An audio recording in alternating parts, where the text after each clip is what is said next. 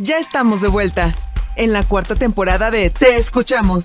Infórmate sobre los nuevos órganos que conformarán el Poder Judicial de la Federación. ¿Quiénes serán sus integrantes? ¿Cuáles serán sus funciones? ¿Y cómo impactará su trabajo en el sistema de impartición de justicia? Académicos y especialistas comparten sus puntos de vista en un diálogo dinámico y puntual. Síguenos en Spotify y en las plataformas digitales del Consejo de la Judicatura Federal. Bienvenidas y bienvenidos a un episodio más de la cuarta temporada del podcast Te Escuchamos, un espacio del Consejo de la Judicatura Federal. Soy Verónica González y en este episodio nos acompaña el doctor Ricardo Corral Luna. Bienvenido. Muchas gracias por la invitación. Encantado de estar aquí. Doctor en Economía, maestro en Administración Pública. Bienvenido y pues hablemos de las funciones y las atribuciones, cómo va a estar integrado este nuevo órgano de administración judicial. Platícanos, doctor.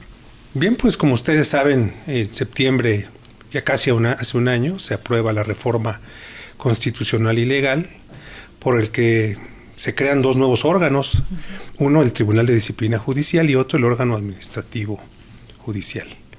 Este pues es un órgano que en principio y esta separación pues obedece fundamentalmente al deseo de una mayor especialización por un lado y por el otro lado al deseo de que haya una menor concentración, digamos, del poder efectivo tanto administrativo como disciplinario.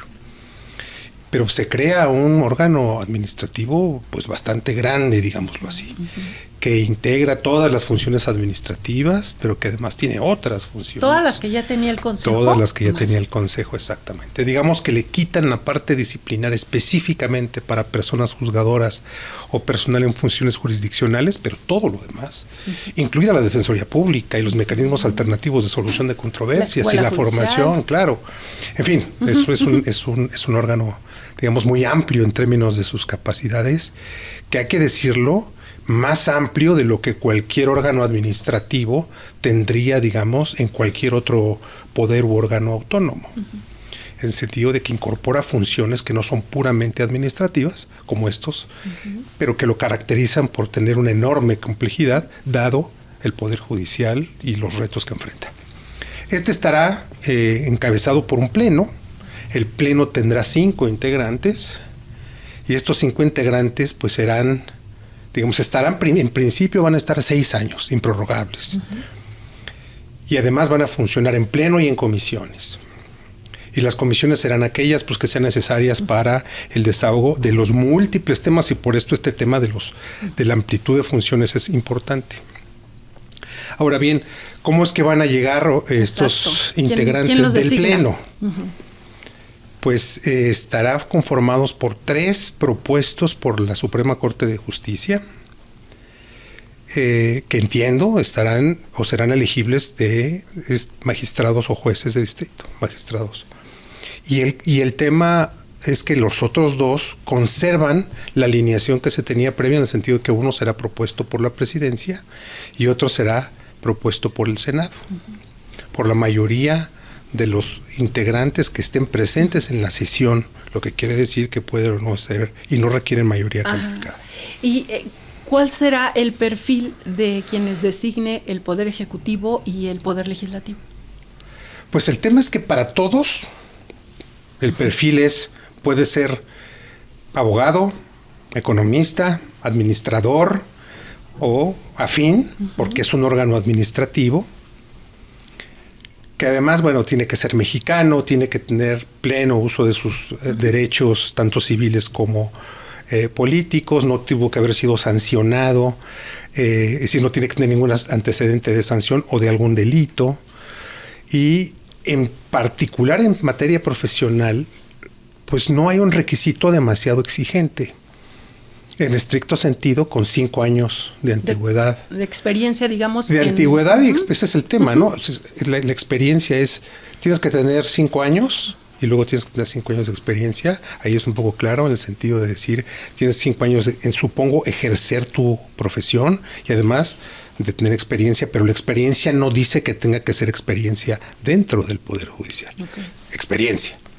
De manera que si yo me titule, claro, de manera que si yo me titule hace 5 años y tengo 5 años ejerciendo, pues será elegible, digámoslo así, ¿no? Y esto es como congruente con el resto de la reforma, en donde los requisitos en particular de entrada pues son un poquito menos astringentes, menos complicados de cumplir, lo que abre enormemente la posibilidad para que muchas otras personas que tradicionalmente en el sistema anterior pues, simplemente no hubieran sido elegibles, ahora lo sean. Y además, una característica particular es que esto hace posible que la titularidad del órgano de administración pues sea multidisciplinar, es decir, que no todos sean abogados, ¿no?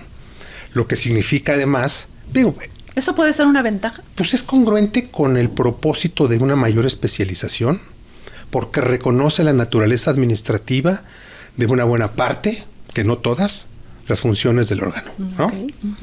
Sin embargo, pues evidentemente abre también la necesidad de establecer un diálogo y consensos y una interconexión importante, porque pues eso también supone admitir, digamos, una racionalidad diferente en el seno del pleno, digámoslo así, ¿no? Que para quienes se han formado en el Poder Judicial, pues son, digamos, están familiarizados con órganos colegiados y con este tipo de trabajo en órganos colegiados, y que tendrán necesariamente que quienes se incorporen, pues familiarizarse rápidamente, porque el 1 de septiembre les entregan el volante y las llaves del auto y a correr, ¿no? Y algo que pudimos ver en estas 3 décadas, ¿no?, de el funcionamiento del Consejo de la Judicatura Federal, justo fue eso, que quienes entraban de manera, digamos, como externa, pues se enfrentaban primero a cómo conoces a profundidad el trabajo de los órganos jurisdiccionales, ¿no? Y mientras van conociendo y mientras van adquiriendo esta experiencia, también ya tienen que ir tomando decisiones. ¿Quién o de qué manera se va a elegir a quien presida este órgano colegiado? Pero habría que decir ahí primero que de los 5 integrantes del Pleno habrá una presidencia rotativa. Y se va a rotar cada 2 años, en principio, de acuerdo con el artículo 72 de la Ley Orgánica del Poder Judicial de la Federación, por insaculación. Esto quiere decir que, pues, digamos, habrá... Exactamente, a todos les va a tocar. Y podrán ponerse de acuerdo, digamos, en el orden en que lo hagan, y será, renovada cada 2 años, ¿no?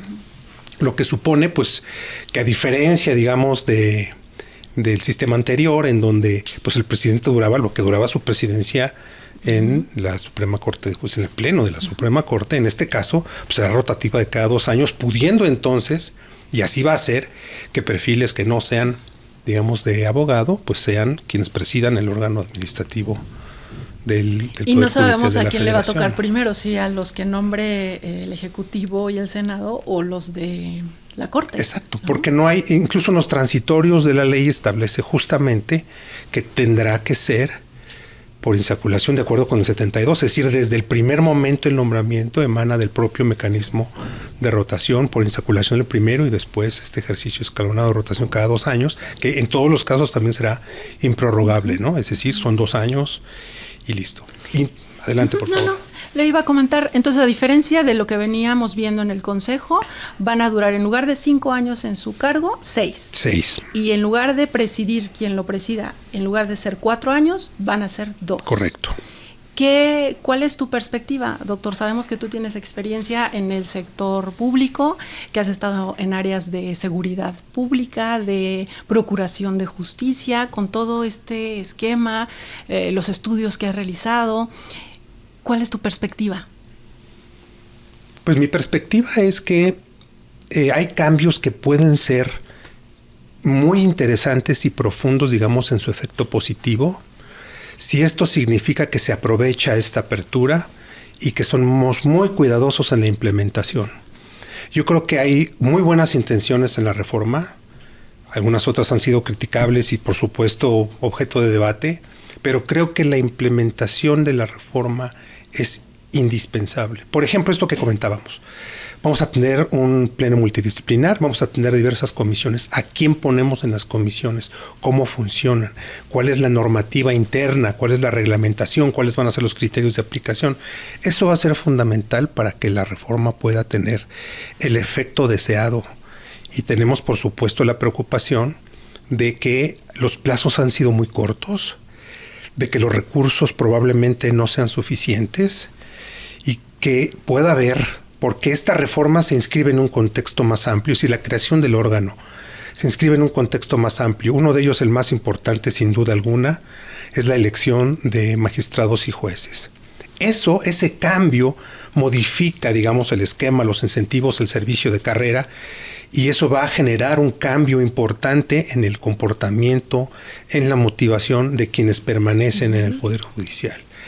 Y esa es la tarea fundamental, sustantiva, del órgano, es decir, el órgano administrativo. No se trata nada más de gestionar recursos o personal, se trata de contribuir al objetivo del Poder Judicial de la Federación en el ánimo de generar condiciones para una mejor calidad en la impartición de justicia. Entonces, no es solamente cuántos contratamos o cómo funcionamos, o si logramos que el presupuesto aumente o no, o cómo vamos a redistribuir territorialmente. No, es también, pues, contribuir a un objetivo superior, digámoslo así, porque la reforma no es un fin en sí mismo, es un medio para, al menos en principio, mejorar la calidad de la impartición de justicia. Y ahí sí, creo que tendremos que ser muy cuidadosos en la implementación, con los recursos necesarios, con el cuidado que requerirán las normativas internas, y hay un conjunto de cosas ahí que hay que cuidar, sobre el que podríamos ser muy extensos. No me extiendo más, porque sé que estamos limitados de tiempo. Queremos finalmente, doctor, que nos compartas, que nos sugieras algo para leer, un poco en la idea de no repetir las cosas que escuchamos solo porque las escuchamos, sino leer, documentarnos y poder emitir una opinión pues con un buen argumento, ¿no? Entonces, recomiéndanos algo para leer. Pues yo soy un lector ávido de lo que produce el propio Consejo de la Judicatura Federal. Muy bien. A mí me gustaría, creo que un documento interesante. Esto es algo sobre lo que se tendrá que escribir y analizar mucho, pero que todavía está en proceso de análisis e incluso en transcurso de suceder, es decir, apenas lo estamos formando. Yo creo que este trabajo que se hizo de la reforma al Poder Judicial en voz de la Judicatura, a partir de las jornadas nacionales, es un ejercicio, digamos, integral, interesante, crítico, pero no destructivo, que intenta ver hacia adelante posibilidades, ¿no? Y en voz de la Judicatura me parece que es algo interesante porque habla también la experiencia de quienes han participado. Exacto. Y yo les quiero recomendar, pero eso ya es también un trabajo que acabamos de hacer para la Escuela Federal de Formación Judicial, que soy coautor con el doctor Juan Carlos Ávila, que se llama Análisis del diseño institucional del régimen disciplinario en el tribunal, es decir, el régimen disciplinario del Poder Judicial de la Federación, el nuevo tribunal. El otro órgano, ¿no? Ahí hay un análisis del diseño institucional, está próximo a publicarse este año 2025, y creo que le da una perspectiva un poco diferente, no solo jurídica, a esta transformación, y esa es un poco la idea, desde una perspectiva distinta, abonar a la discusión y a las recomendaciones para una mejor implementación. Bien, pues ahí están esas dos recomendaciones, y agradecerles por su atención, agradecerte a ti, doctor, por habernos acompañado en un episodio más de Te Escuchamos. Muchas gracias por la invitación. Gracias a ustedes por su atención. Síganos en las redes sociales del Consejo de la Judicatura Federal. Soy Verónica González. Hasta la próxima.